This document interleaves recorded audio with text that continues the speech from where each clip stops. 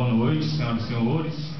Meu nome é Thiago, sou formado em administração aqui pelo Centro Universitário e é uma grande satisfação estar aqui para falar sobre administradores intraempreendedores, o futuro das organizações. Primeiramente, gostaria de agradecer o convite feito pelo professor Manfrim. É uma satisfação participar desse terceiro observatório, no qual eu tive a presença de participar e contribuir dos dois primeiros, com o professor Vonei, no trabalho de conclusão de curso. Bom, vou falar um pouco sobre essas competências dos futuros administradores, essa questão do intraempreendedor, do empreendedor corporativo. E, para começar, eu queria falar um pouco sobre por que estamos vivendo esse boom do empreendedorismo. Onde quer que esteja, em rádio, jornais, na televisão, sempre estamos ouvindo falar sobre empreendedorismo. Diante disso, eu queria fazer a seguinte pergunta e já responder a seguinte indagação. Por que estamos falando de empreendedorismo agora, se a história está repleta de ações empreendedoras? Se pararmos para pensar, no passado e no presente, as empresas que foram bem-sucedidas, elas sempre usaram o empreendedorismo para ter um diferencial competitivo e uma vantagem estratégica. Mas por que então só agora estamos falando sobre intraempreendedores? Se eu colocar alguns assuntos aqui para vocês, como aprendizado contínuo, grandes apostas, liderança, vocês vão falar, ué, isso aí já existia. Bom, um dos principais motivos de estarmos vivendo esse mundo do empreendedorismo é a mudança da era industrial para a era do conhecimento. A era industrial, muito bem retratada pelo filme de Chaplin, aquele Tempos Modernos, fala muito bem disso, da padronização dos produtos, não se falava muito em inovação, e o grande valor das empresas estava na questão dos maquinários e do capital mesmo tangível. Já nessa era do conhecimento, o capital passa a ser, o capital valorizado é o capital intangível, que é o conhecimento. Bom, seguindo nessa mesma linha, um assunto que me chamou a atenção em um dado do Sebrae do ano de 2002 foi que no Brasil existe aproximadamente 21 milhões de empreendimentos, dentre esses rurais, formais, industriais, porém apenas 270 mil desses 21 milhões de empreendimentos são conduzidos por administradores. Ou seja, as caixinhas de ferramentas que aprendemos aqui na faculdade não são suficientes, é preciso ter a famosa competência e a fórmula do chá, que todos conhecem aqui, que é o conhecimento, que é o saber, habilidade, que é o fazer, e atitude, que é o querer. Além dessa famosa fórmula de competência, temos outras, como por exemplo a chave, que é com conhecimento, habilidade, atitude, e também entre os valores. O que adianta um administrador bem-sucedido ter esses três fatores aqui, se ele não tem um valor ético, uma postura social? E temos outros também, como chá, aí você pensa em tomar um chá com a rainha e tem um R de resultados, porque tudo isso aqui a organização utiliza e os colaboradores utilizam em prol de um resultado, de um objetivo da organização. Essas competências ela pode ser dividida em três fatores. São as competências técnicas, que envolvem saber escrever, ouvir as pessoas, captar informações, ser organizado, saber liderar e trabalhar em equipe. Tem as competências gerenciais, que inclui as áreas envolvidas na criação e gerenciamento da empresa, que são as caixinhas de ferramentas que aprendemos aqui. Gestão da qualidade, gestão de pessoas, administração, finanças, planejamento e controle. E temos também as competências comportamentais, que são as características empreendedoras, que foi o foco do meu trabalho de conclusão de curso, onde trabalhei muito as características empreendedoras, quais são elas, e a questão da importância desses comportamentos, dessas atitudes dentro das organizações, dos administradores, as pessoas que estão à frente da organização devem ter. Então essa questão comportamental, além das competências técnicas, as questões comportamentais são muito importantes. Bom, diante dessa forma da competência e desses 3 fatores, dessas competências técnicas, gerenciais e comportamentais, eu pergunto aos senhores: quem se considera competente no seu mercado de trabalho? Gostaria que levantasse a mão. Quem se considera competente no mercado de trabalho? Bom, aí que está a grande diferença. Hoje o mercado de trabalho, ele não quer funcionários, colaboradores apenas competentes. É necessário ser metacompetente. Nós já conhecemos o que é competência: conhecimentos, habilidades, atitudes. Só que metacompetente, meta vem de quê? Meta vem do grego, que significa além, após. Então é fazer aquilo além daquilo que você foi designado. Se você foi designado para fazer uma coisa, você faz além daquilo. Embora eu não seja São Paulino, meu time é um arquirrival de São Paulo, é o Palmeiras, está em primeiro colocado. Podemos citar como exemplo o goleiro Rogério Ceni. O que é um goleiro competente? Não é aquele que evita que o time tome gols? Rogério Ceni, além de ser competente, ele é um metacompetente, que além de defender bem, ele faz gol. Então é um exemplo aí que pode ficar. Aqui a questão da faculdade. O que é uma faculdade competente? Faculdade que tem excelentes professores, que tem uma estrutura adequada. Agora, metacompetente, aí entra muito a questão da prestação de serviço diferenciado e outros exemplos que podemos citar. Bom, para falar um pouco do surgimento do empreendedorismo, né? A palavra empreendedor tem origem francesa e foi criada no século XVII, e que significava aquele que assume riscos e começa algo novo. E os conceitos? Embora, como o empreendedorismo não é uma ciência, não tem um único conceito. São diversos estudiosos que falam diversos conceitos sobre o tema. Eu vou citar 3 aqui, que foram os que mais contribuiu para o meu trabalho. Rogério Scher fala que o empreendedor corporativo é aquele que, apesar de não ser o dono do negócio, mantém atitudes empreendedoras e empreende por meio do seu trabalho. Já Timmons fala que o empreendedor é alguém capaz de identificar, agarrar e aproveitar oportunidades, buscando e gerenciando recursos para transformar a oportunidade em negócio de sucesso. E Fanon fala que empreendedorismo é uma pessoa que imagina, desenvolve e realiza visões. Bom, para o meu trabalho foi considerado empreendedor aquele, como podemos observar no quadro, aquele que tem alta capacidade de criação e inovação e que tem também habilidades gerenciais e know-how, que é experiência, como podemos verificar nesse quadro de Dornelas. Características empreendedoras. Assim como os conceitos, as características dos empreendedores são diversas. Vários estudiosos falam sobre diversas características. Porém, no meu trabalho eu utilizei as 10 características apontadas pelo psicólogo David McLean.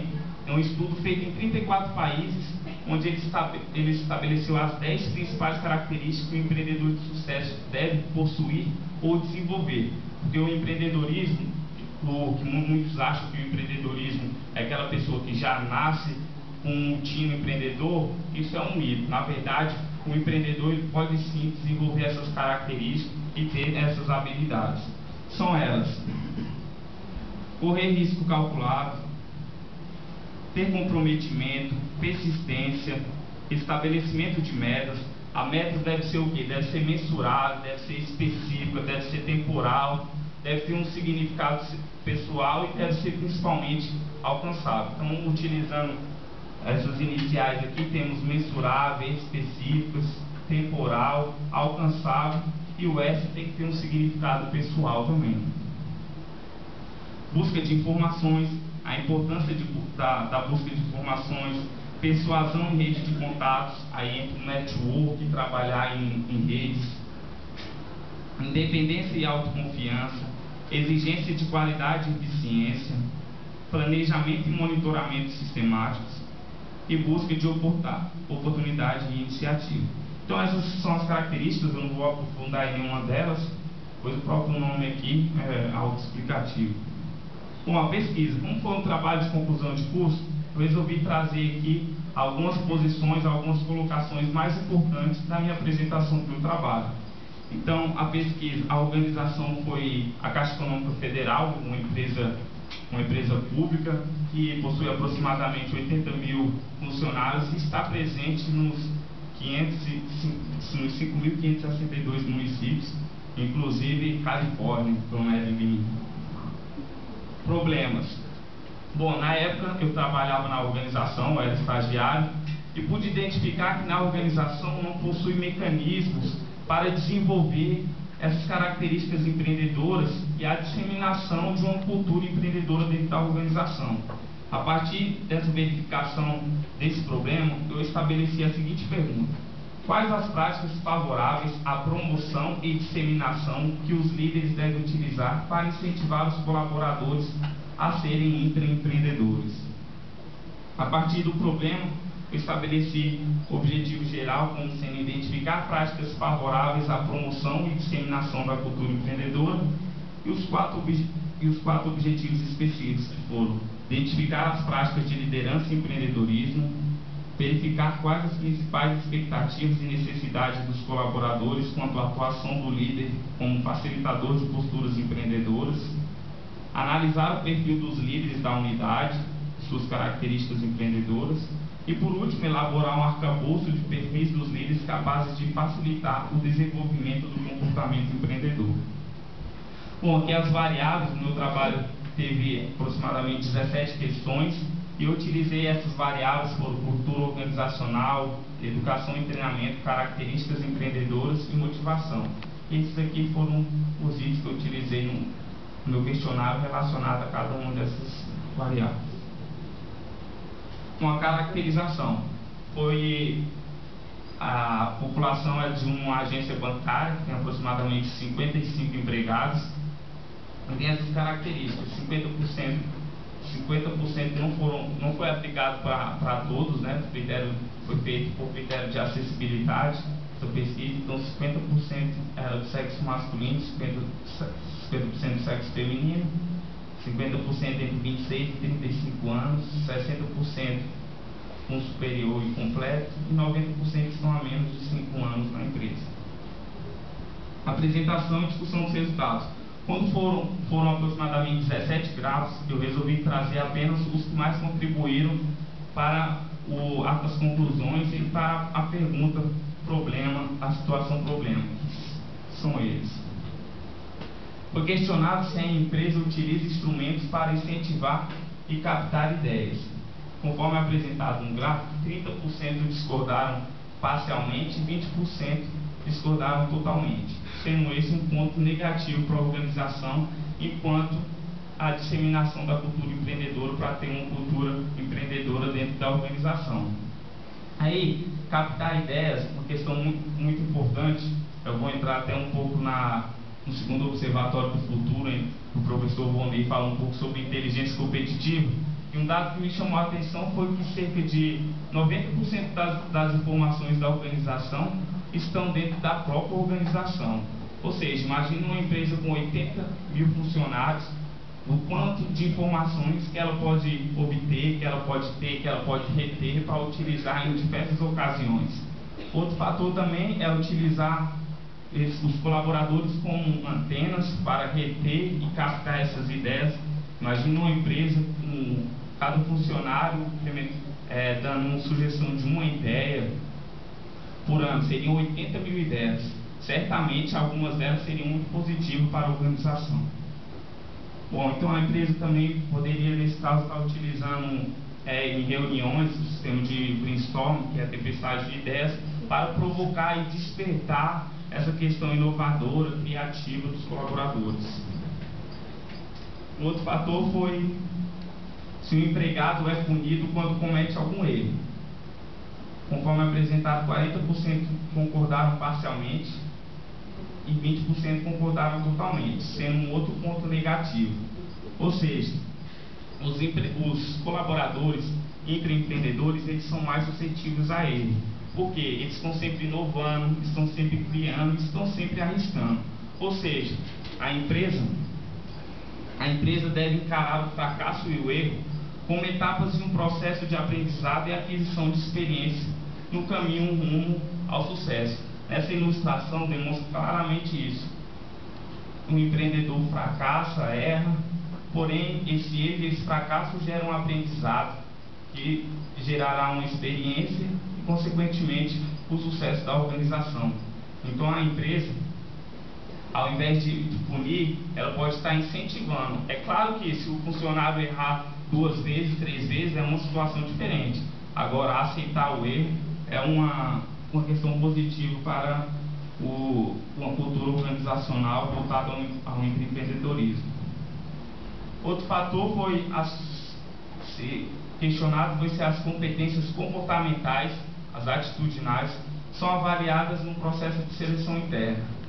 Conforme apresentado aqui, 50% concordaram parcialmente e 30% concordaram totalmente. Ou seja, no processo de seleção interna, a organização utiliza os mecanismos para avaliar a questão comportamental, atitudinal, que é muito importante. Segundo o Marcos Hashimoto, ele fala que o empreendedor tem que ser avaliado muito além do currículo, que é só aquela questão das competências técnicas, e sim, também, muito mais importante, as questões comportamentais, que é feito através de dinâmicas de grupo, avaliação de psicólogos, dentre outros. Um fator que me chamou a atenção foi que no processo de seleção interna existe essa avaliação, porém, não só na Caixa Econômica, mas em todo o serviço público, o que me chama a atenção é que as provas para a seleção avaliam apenas as competências técnicas dos candidatos. Ou seja, às vezes o candidato certamente foi aprovado porque ele tem um conhecimento técnico, mas muitas vezes ele não tem a competência atitudinal, comportamento para atingir para ser admitido naquele cargo. Ou seja, com isso gera a insatisfação da sociedade quanto ao serviço público. Muitas vezes a pessoa está lá por uma questão de apenas por dinheiro e não tem uma competência atitudinal e apenas técnicas para exercer aquele cargo. O outro fator foi se os colaboradores são reconhecidos pelo trabalho que executam. E aqui foi um fator positivo. Eles são reconhecidos pelos trabalhos que executam. Isso é um fator importante. Dornelas fala que é um dos fatores mais importantes para incentivar e despertar os colaboradores a serem empreendedores. É incentivar, é fazer esse reconhecimento e propor recompensas. Então esse é um fator positivo.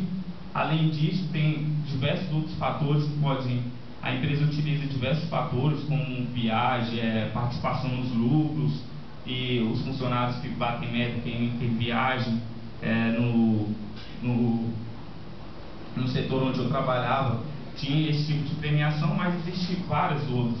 Eu lembro que eu fui numa palestra da Luiz Helena, da Magazine Luiza, e ela falou uma questão muito importante sobre reconhecimento. Ao invés de ter aquela placa de funcionário do mês empregado na organização, lá em São Paulo eles utilizam outdoor.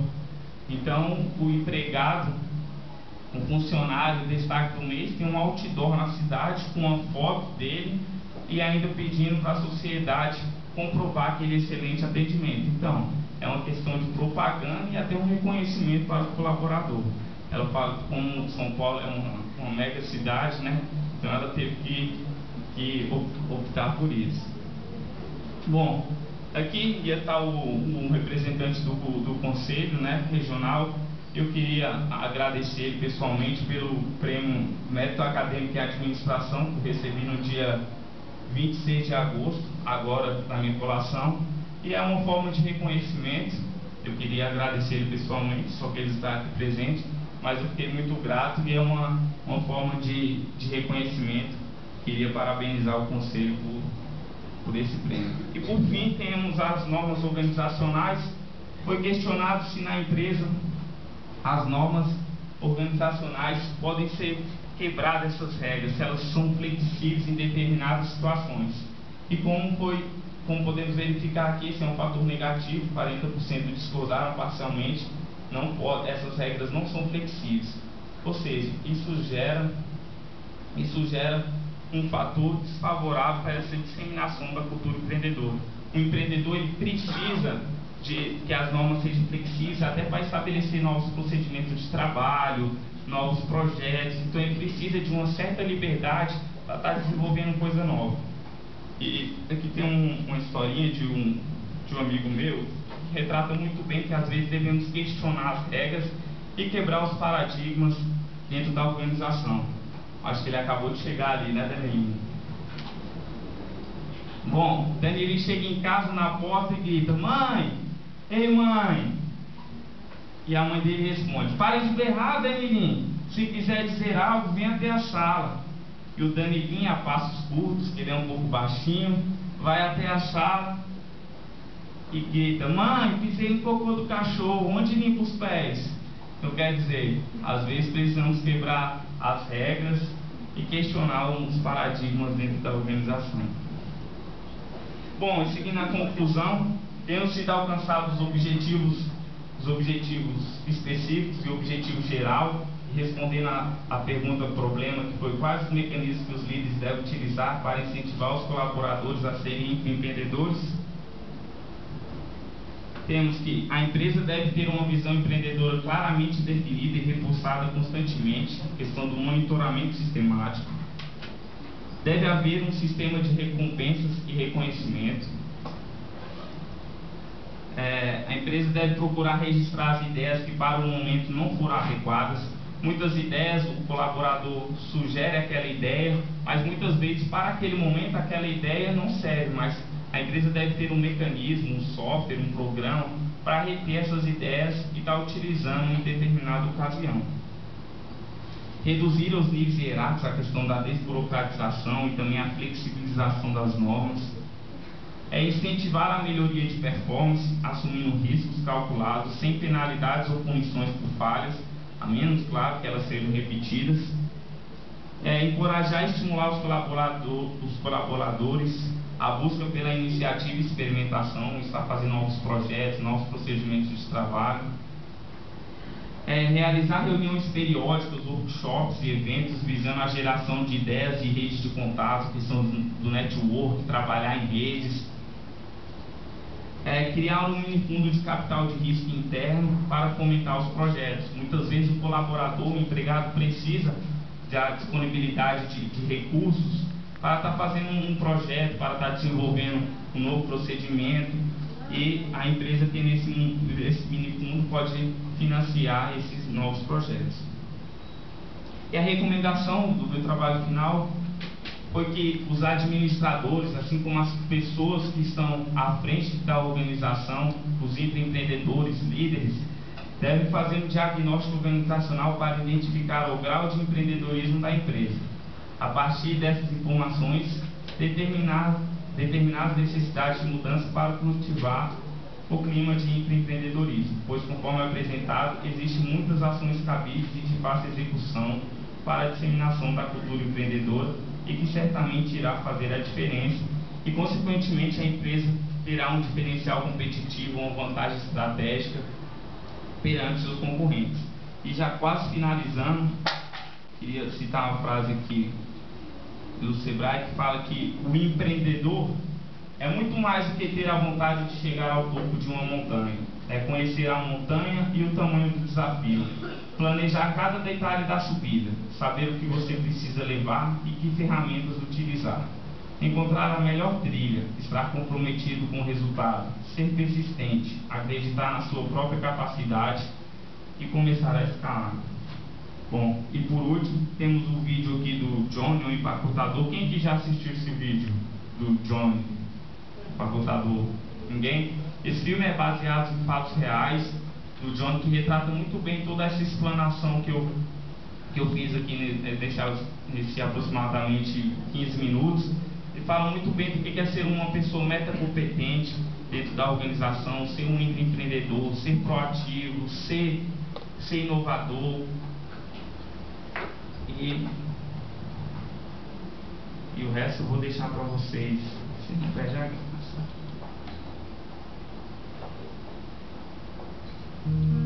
Esse vídeo tem 17 minutos, só que só vou passar os 4, os mais importantes. Depois, se alguém quiser, eu posso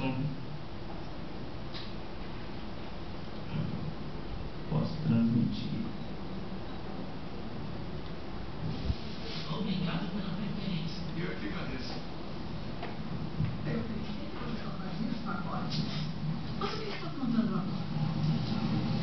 Pensamento do Johnny para hoje. Você tem certeza de que os clientes querem mesmo saber o que pensamos? São pensamentos positivos. Nunca vê tão arco-íris ou pôr do sol por ficar olhando para baixo. Para, John Parker. É tão bonito. Onde você achou? Meus livros e meus pais me ajudaram na internet.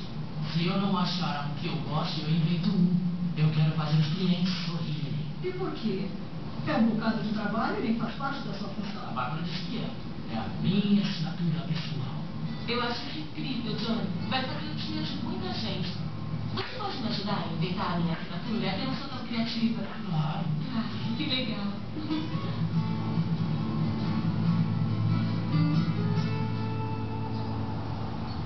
Senhor Starman, eu guardei uma para o senhor. O que é isso? Oh, essa é uma frase muito sábia, Johnny. Por que resolveu dar para mim? Porque o senhor me faz sorrir com suas frases. E isso me fez querer que meus clientes sorriam. É uma ideia muito boa. A Raquel acha que é bobagem. Oh, continue fazendo isso, John. Cada grande viagem começa com o primeiro passo. Muito bem. Mas você me fez sorrir e então merece um biscoito. Está livre? Eu volto num instante. Tudo bem. Mas venha rápido, hein? Eu posso me esquecer e tomar todo o leite sozinho.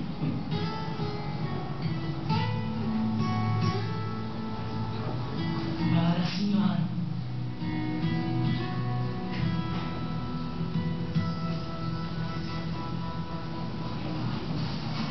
Obrigado. Eu é que agradeço, Johnny. Gostaria de uma flor? Oh, sim, obrigada. De quê? Ei, Johnny, se você me der uma frase, eu te dou uma flor. Legal, minha mãe vai adorar. Obrigada. E eu posso ir lá escolher? Claro. Eu volto já. Ok. E o que é isso agora? Queres ver as flores? Desde que a Sheila viu o Johnny distribuindo as frases há alguns dias, ela obteve permissão para pegar as flores que não vendeu e oferecer aos clientes, em vez de jogá-las fora. É mesmo? Carla e Helene estão inventando alguma coisa. Já viu os pacotes do açougue essa semana? Não, ainda. O Carlos está colocando adesivos do Snoopy em cada pacote. O balcão de Carlos está parecendo uma festinha de aniversário. Quer dizer que é tudo por causa das frases? Acho que sim. Você terá que resolver.